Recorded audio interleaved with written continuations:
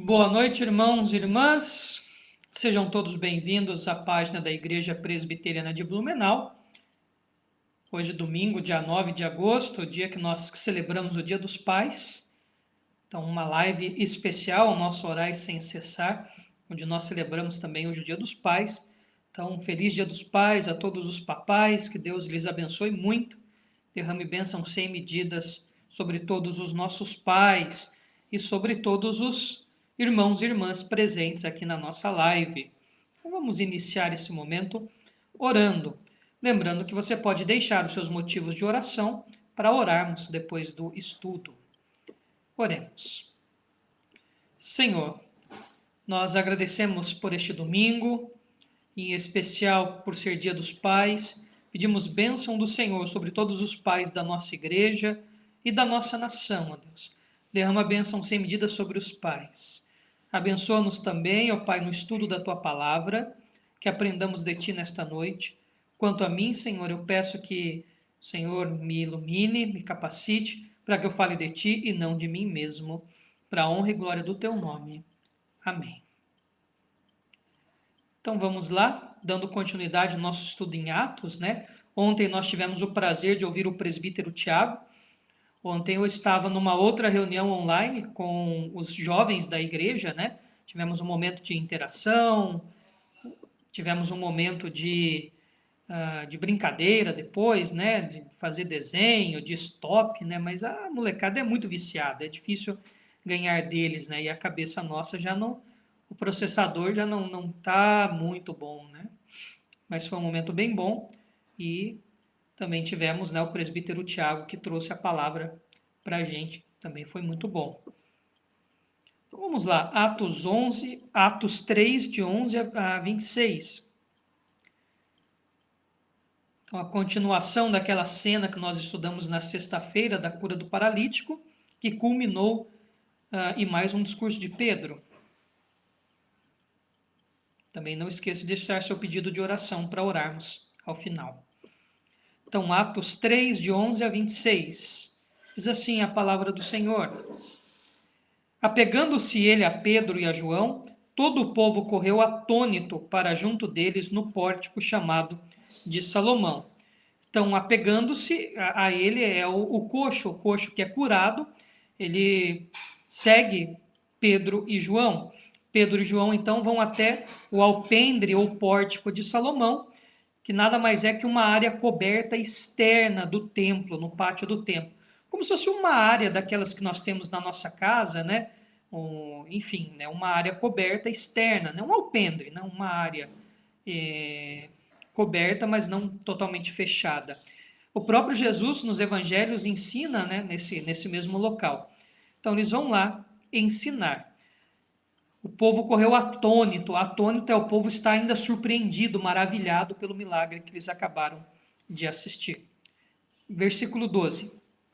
À vista disto, ou seja, do povo aglomerar-se em volta dele e de João após presenciar o milagre, Pedro se dirigiu ao povo. Então temos aqui o início de mais um discurso de Pedro. Se considerarmos aquele pequeno discurso dele na eleição de Matias, então nós já temos o terceiro discurso de Pedro aqui. Lógico, o primeiro é mais tranquilo, né? Pedro só toma a palavra. Então podemos dizer que seria o segundo grande discurso de Pedro que se inicia agora.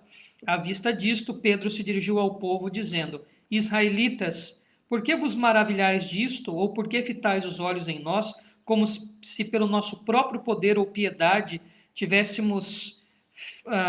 o tivéssemos feito andar? Então veja, ele desvia os olhos da multidão deles e direciona o olhar da multidão para Jesus. É interessante que o termo piedade aqui Tem uma ideia também de religião, uma ideia de religiosidade, né? Tem uma ideia de atos piedosos para Deus, tem uma fundamentação religiosa. Então, o próprio Pedro, não foi nenhum mérito nosso, nenhum mérito religioso, ou de consagração, ou de santidade nossa, enfim. Então ele desfoca o olho da multidão para eles e vai direcionar o olho deles agora, o olhar da multidão, para Jesus. Então, o próprio Pedro e o próprio João, que referendo ao discurso, diz que a cura não é por intermédio do poder deles, é pelo poder de Jesus, eles são apenas o canal da cura. Não, a pessoa nasceu com um dom de cura. Não, Deus deu poder aos apóstolos para que operassem esta cura. Versículo 13. O Deus de Abraão, de Isaac e de Jacó, aquele enunciado do Antigo Testamento, né? O Deus dos patriarcas, o Deus de nossos pais ou patriarcas, glorificou a seu servo Jesus, a quem vós traístes e negastes perante Pilatos, quando este havia decidido soltá-lo. Então, agora no discurso, ele vai rememorar a paixão de Cristo, o momento em que Pilatos apresenta Jesus e Barrabás, e o povo então escolhe Barrabás e pede a crucificação de Jesus. Então, ele está rememorando no seu discurso a paixão, a morte, a crucificação de Jesus.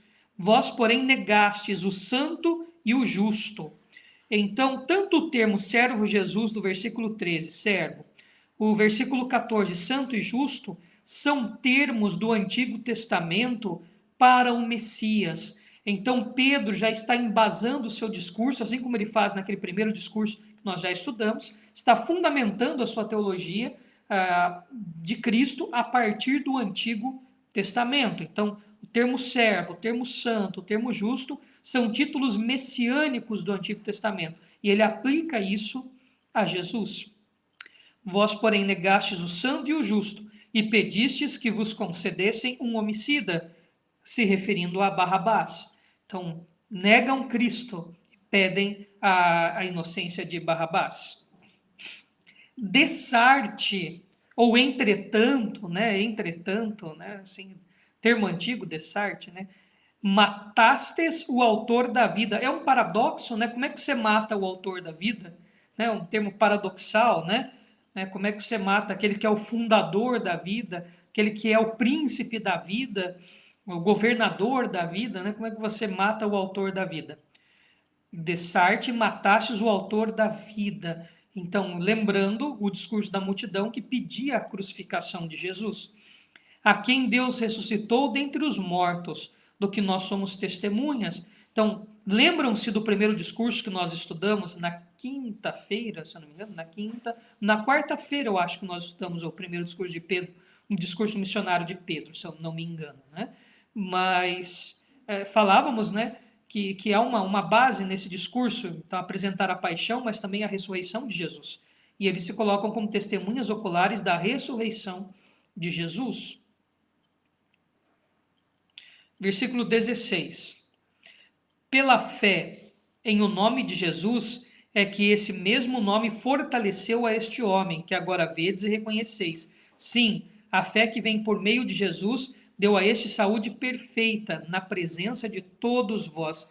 Então, o sinal, o milagre, para referendar que Jesus é o Messias e que a continuidade do ministério messiânico permanece agora com os apóstolos. Então, o milagre referenda o reino de Deus, ou seja, o milagre é para honrar Jesus, para mostrar que Jesus está presente com a igreja, né? Jesus não está ausente, está presente, e através desse poder que eles viram, né, vindo de Jesus, a cura do paralítico referenda, dá crédito, dá suporte à pregação do evangelho através dos sinais. E agora, irmãos, eu sei que o fizestes por ignorância, como também as vossas autoridades. Olha que interessante. Então, Pedro, ao avaliar a atitude da multidão, vai dizer que é uma atitude desculpável, né? Feito por ignorância. Ou seja, há aquela necessidade veterotestamentária do servo sofredor padecer. E ele já vai dizer isso agora em seguida, né? Então, fizeste-os por ignorância. E as autoridades, então, de certa forma, o discurso de Pedro é gracioso também para a liderança, os saduceus, os fariseus, os líderes do sinédrio que deram uma sentença de morte a Jesus. Então Pedro abre uma cláusula de desculpa, fizeram por ignorância. Versículo 18 vai justificar então o argumento 17. Mas Deus assim cumpriu o que dantes anunciara por boca de todos os profetas, dois pontinhos, que o seu Cristo havia de padecer. Cristo aqui, o ungido, né? Aquele que é ungido, aquele que é ungido e capacitado, aquele que é escolhido. O termo Cristo quer dizer ungido, né? Aquele que é preparado, aquele que é dotado do Espírito Santo para fazer algo, né? Cuja cabeça é derramada o óleo, o ungido. Então, quem que era ungido? Era o rei, o sacerdote e o profeta. E Cristo cumpre esses três ofícios, né? De profeta, sacerdote e rei. Então, ele é plenamente o Messias, o ungido, aquele que deveria vir para restaurar todas as coisas. Então, veja, Pedro diz que o que aconteceu com Jesus, a sua paixão, a sua morte, tinha que acontecer. É algo que vem lá do Antigo Testamento. Não tinha como ser diferente. Então, por isso que há essa desculpa, né, para o povo. E agora vem o apelo. Já que ele abriu o caminho, né, já que ele mostrou a ignorância, então agora ele fala da salvação. Arrependei-vos, pois, e convertei-vos para serem cancelados os vossos pecados. Para que sejam cancelados os vossos pecados. Eu gosto desse termo cancelado, né? Ele geralmente era usado num dos casos específicos, mais ou menos assim. A tinta que era usada nessa época era uma tinta muito ácida e ela não penetrava totalmente no papiro e também nem no alguns rolos que eram feitos de couro de animal. Tá? Mas vamos pensar a título de papiro. A tinta não penetrava direito, nem no rolo e nem no papiro. O rolo geralmente era feito de pele de animal. Né? Então, uma esponja bem molhada era suficiente para apagar aquelas letras e escrever algo novo em cima. Vamos lembrar que papiro era algo muito raro e muito caro. O próprio rolo também para se escrever de pele de animal era algo muito raro e muito caro. Então, produzir uma obra escrita nessa época era extremamente cara e a tradição oral ainda era muito forte e muito importante, tá? Mas aí era usado esse termo, né? Apagar, aqui é o termo grego que remete a essa ideia, né? Apaga aquilo que é antigo, cancela aquilo. Deus perdoa os nossos pecados e esquece o passado. É interessante isso, né? O perdão de Deus é aquele que anula, que cancela, que apaga o que estava escrito anteriormente. Maravilhoso, né? Eu gosto muito desse termo aí que traz essa ideia, né, de apagar o que estava escrito, reescrever, né, o verbo grego aqui, exaleifo. Então, o apelo do arrependimento. Versículo 20. A fim de que, da presença do Senhor, venham tempos de refrigério, e que envie-lhe o Cristo, que já vos foi designado, Jesus. Por que esperar outro Messias? O próprio Antigo Testamento, o testemunho do milagre, a ressurreição, mostram que Jesus é o Messias, que Jesus é o Cristo. Não há necessidade de esperar outro. A obra messiânica foi consumada, a salvação foi consumada, as profecias do Antigo Testamento foram cumpridas. Então, Pedro claramente fala: Cristo é o Messias. Não há mais que esperar outro Messias. O qual é necessário que o céu receba até os tempos da restauração de todas as coisas, de que Deus falou por boca dos seus santos profetas desde a antiguidade. Então, agora ele vai abordar essa questão do Cristo presente, né? O Cristo presente, mas o ainda não do reino de Deus, ou seja, esse período de espera, esse período de aguardo, o ainda não do reino, né? Então, essa ideia de tempo de restauração, né, é algo que nós não temos como medir, como somar, como datar, nós não sabemos quanto tempo é isto, né? Quanto tempo que isso vai acontecer, mas haverá, né, o retorno de Cristo, Cristo voltará, haverá o retorno à parousia, né? E aí o estabelecimento de todas as coisas. Então, não abre margem para dizer que Cristo está ausente da igreja. Eles viram Cristo presente agora pelo poder que acabou curando o coxo, mas o Cristo corporalmente presente, aquele Cristo que sentava e jantava com eles, aquele Cristo que ensinava, aquele Cristo que ia a casamentos, etc. Esse Cristo presente corporalmente, nós teremos depois, na parousia. Até lá, o que a igreja faz? Espera e trabalha. Nós ainda estamos aguardando, né? E ele fala que também esse tempo já era algo previsto. Versículo 22. Disse na verdade Moisés, então aquela invocação do Antigo Testamento, né? E ele vai usar uma série de textos, mas basicamente ele vai usar Deuteronômio 18, versículo 15, Deuteronômio versículo 18, 18 e Deuteronômio 18, 19. Então ele vai pegar os versículos 15, 18 e 19 de Deuteronômio 18 e vai fazer um juntado aqui de versículos e talvez alguma coisa que apareça em Levítico também, talvez. Disse na verdade Moisés: o Senhor Deus vos suscitará dentre vossos irmãos um profeta semelhante a mim, a ele ouvireis em tudo quanto eu vos disser. Então, aquele profeta prenunciado por Moisés, lá em Deuteronômio 18, 15 e Deuteronômio 18, 18, é o Cristo, é o Messias, é Jesus.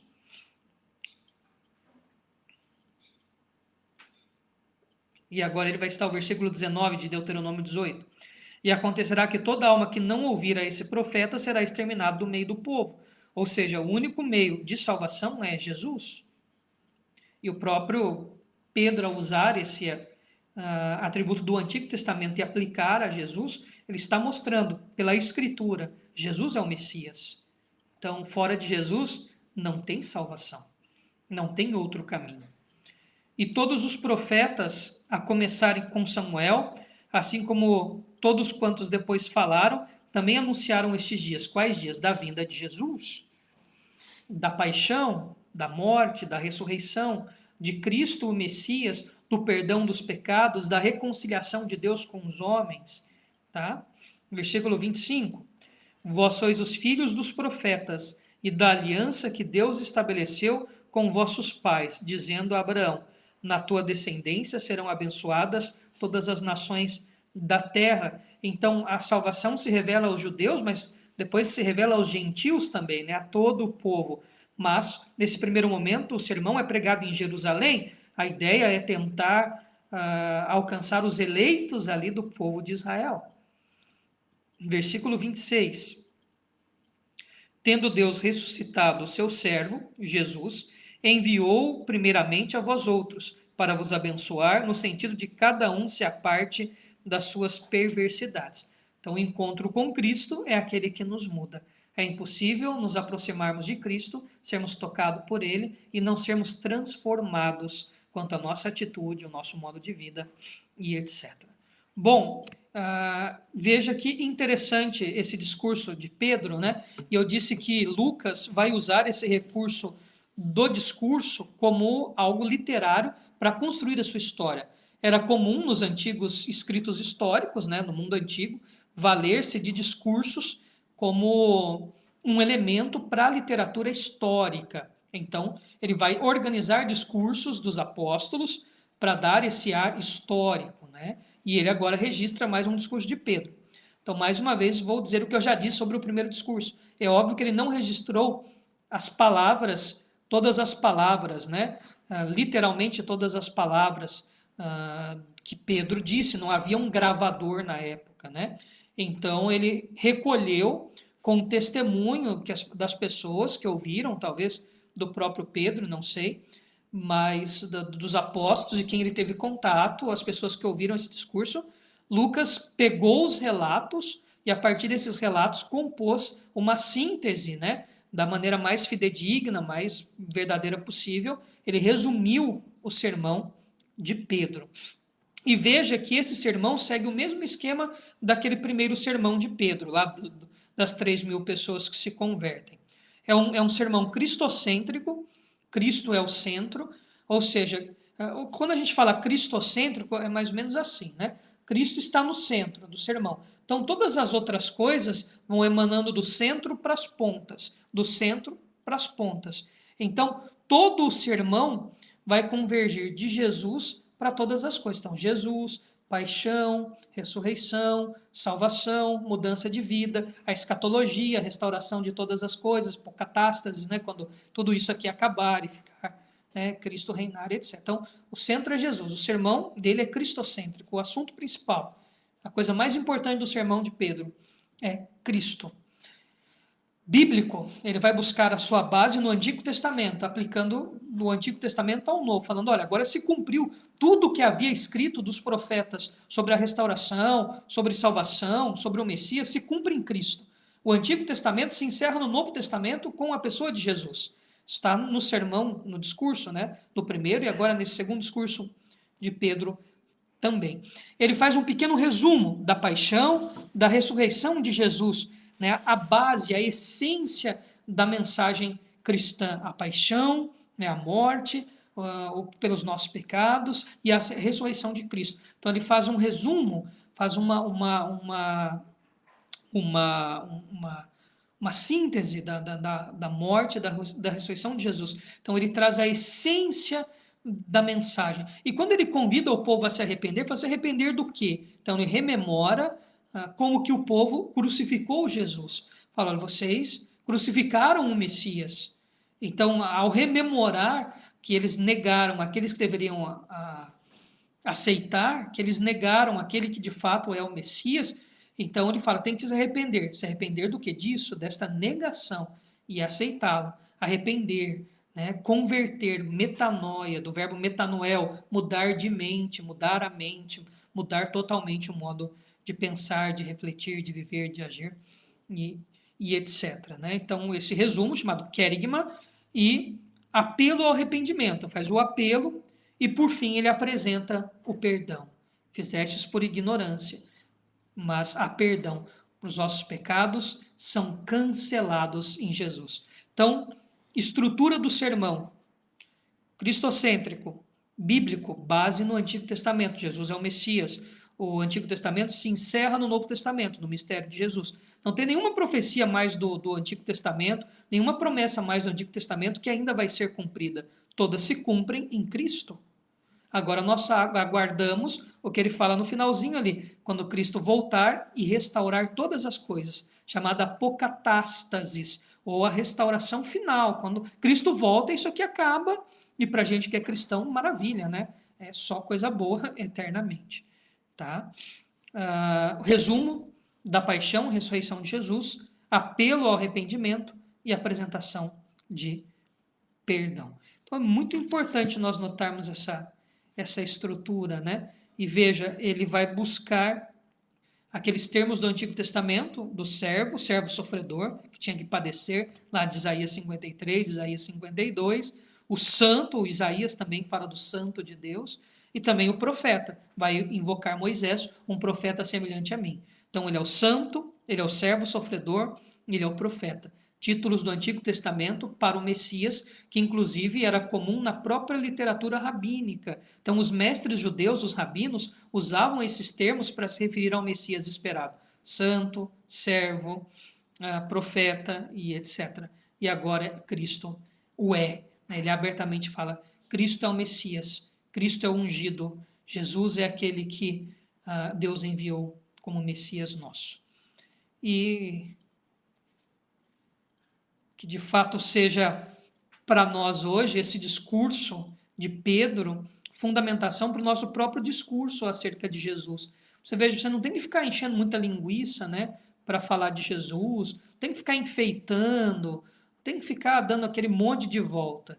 O teu sermão tem que ser cristocêntrico, bíblico, fazer um resumo da obra de Cristo, da sua paixão e da sua ressurreição, apresentação do pecado, do perdão e da restauração eterna. Ponto. Não precisa muito mais do que isso, né? Senão a gente corre o risco de falar mais de nós do que do próprio Jesus. Então, seja esse sermão de Pedro uma base, um modelo para o nosso próprio discurso acerca de Cristo. Voltamos amanhã com mais um pouquinho do estudo de Atos e vamos aos pedidos de oração. Se você ainda não fez seu pedido de oração, dá tempo.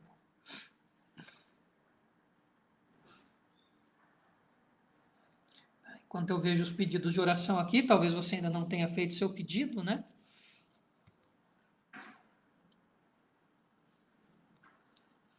Outra coisa, se você perdeu algum dos estudos de Atos, desde a introdução, nós temos todos os vídeos aqui na nossa página e também no nosso canal no YouTube, Igreja Presbiteriana de Blumenau, todos os outros estudos, né? Que é uma sequência, e perdeu um capítulo atrapalha tudo.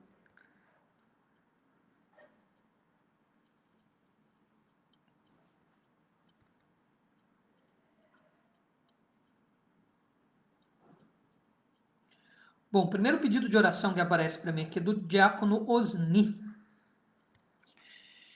Pede oração por todas as famílias que estão adoentadas, precisando de cura. Pede oração pelo seu tio João Antônio, que continua internado na UTI. Pede também pela saúde da sua sobrinha Cristina e pela filha da Cristina, Aniele, que está com Covid. Pedimos também oração pelo Cristiano, que é sobrinho do Osni, que sofreu uma lesão na coluna. E agradecemos pela cura da Angélica. Graças a Deus, a Angélica está curada.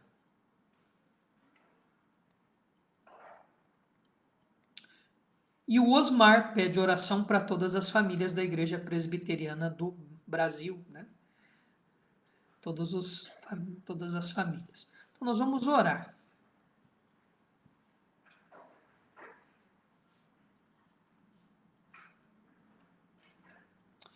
Senhor, nós intercedemos pela família do diácono Osni, pela nossa irmã Valéria. Suplicamos pela vida do seu tio, João Antônio, que continua na UTI, pedindo a sua cura e a sua restauração. Abençoe também, ó Pai, a Cristina e a Aniele. Pai, clamamos para que o Senhor as abençoe e as cure. Pai, abençoe também o Cristiano, que sofreu essa lesão na coluna. Colocamos ele nas tuas mãos, Senhor, suplicando a tua restauração. Agradecemos pela cura da Angélica e louvamos ao Senhor, Pai, por ter manifestado o teu poder na vida da Angélica.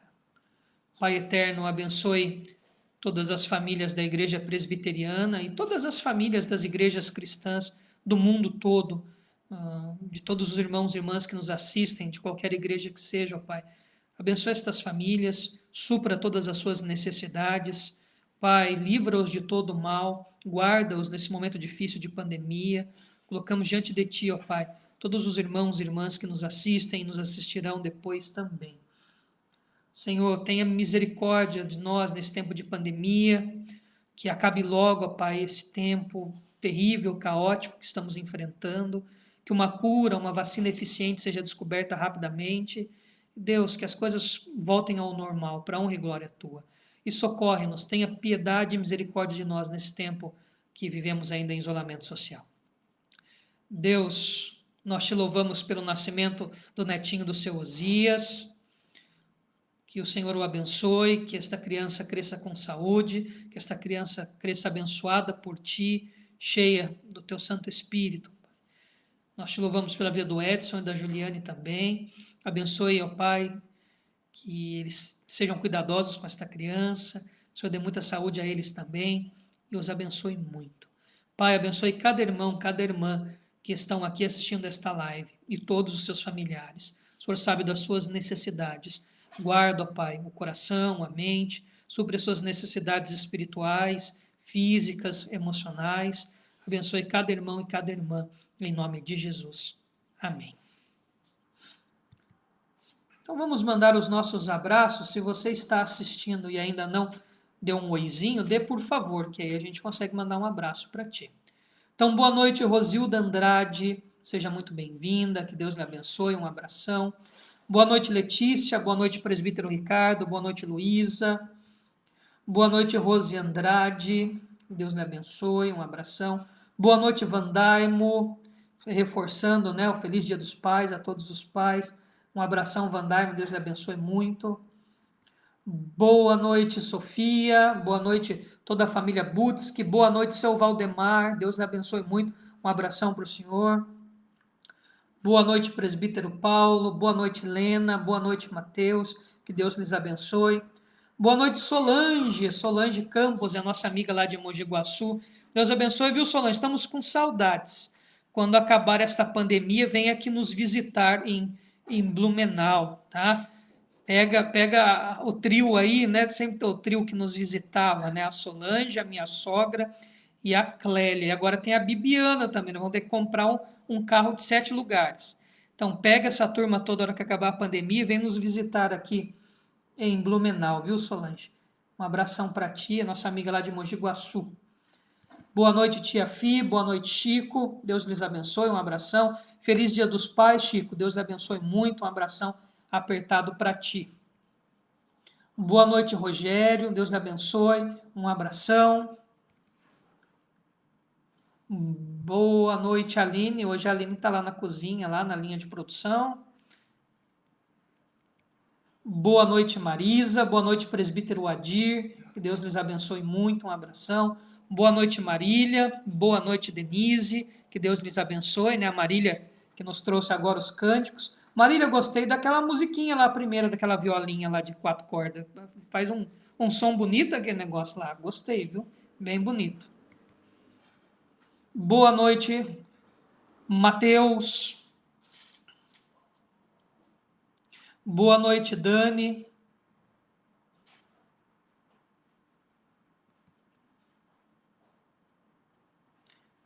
Boa noite, Marlene Vieira. Um abração, Deus lhe abençoe. Boa noite, Lígia Soares. Um abração para ti, para a família. Boa noite, Anne Caroline. Boa noite, Alisson. Deus lhes abençoe. Obrigado pela companhia. Boa noite, Diácono Osni. Boa noite, irmã Valéria. Boa noite, seu Carmelito Zimmermann. Boa noite, Marina. Que Deus lhes abençoe. Obrigado pela companhia. Boa noite, Solange, nossa amiga de Xanxerê. Que Deus lhe abençoe muito. Obrigado pela companhia. Boa noite, Benedita Domingues. A santa paz de Deus para ti também. Nossa amiga lá de Mogi Guaçu. Um abração apertado para ti aí. Boa noite, Diácono Osmar. Deus lhe abençoe muito. Obrigado pela companhia. Um abração para toda a família. Uma noite abençoada para vocês. Boa noite, João. Boa noite, Tamires. Boa noite, Júlia. Boa noite, Maria, né? Deus abençoe o João. O João é o vizinho de porta aqui, né, do apartamento. Boa noite, seu Osias. Deus lhe abençoe muito, né? Deus abençoe muito o Netinho. Deus abençoe também o Edson, a Juliane, né? Deus abençoe muito, viu, seu Osias, o senhor e toda a sua família. Boa noite, Rosana. Deus lhe abençoe. Obrigado pela companhia. Boa noite, Edinalva. Muito obrigado pela companhia. Deus lhe abençoe. Boa noite, Nani Schmidt. Que Deus lhe abençoe. Obrigado pela companhia. Um abração para ti. Boa noite, Diomar Pérez. Muito obrigado pela companhia. Que Deus lhe abençoe. Bom, esses são os nomes que aparecem aqui para mim. Então, que Deus abençoe a todos e a todas. Talvez você tenha curtido e não escreveu. Eu sei que a irmã Antônia sempre assiste, né? Então, boa noite, irmã Antônia. Boa noite, Iraildes. Que Deus lhes abençoe. Muito obrigado pela companhia, né? Um abração para vocês e a todos que nos assistem, né? Vamos nos despedir com a bênção do Senhor. Lembrando que amanhã nós voltamos às 19h30 com as canções e às 20 horas com o início do capítulo 4 de Atos, né? Nós encerramos o capítulo 3 e vamos estudar o capítulo 4 de Atos. Então, amanhã às 19h30, louvor, canção, e às 20 horas iniciar Atos 4. Vamos nos despedir com a bênção do Senhor. Irmãos e irmãs, que a graça do nosso Senhor e Salvador Jesus Cristo, o amor, a bênção de Deus, o Eterno Pai, a comunhão e a consolação do Santo Espírito esteja com todo o povo de Deus aqui presente e espalhado sobre a face da terra para todo sempre. Amém. Até amanhã.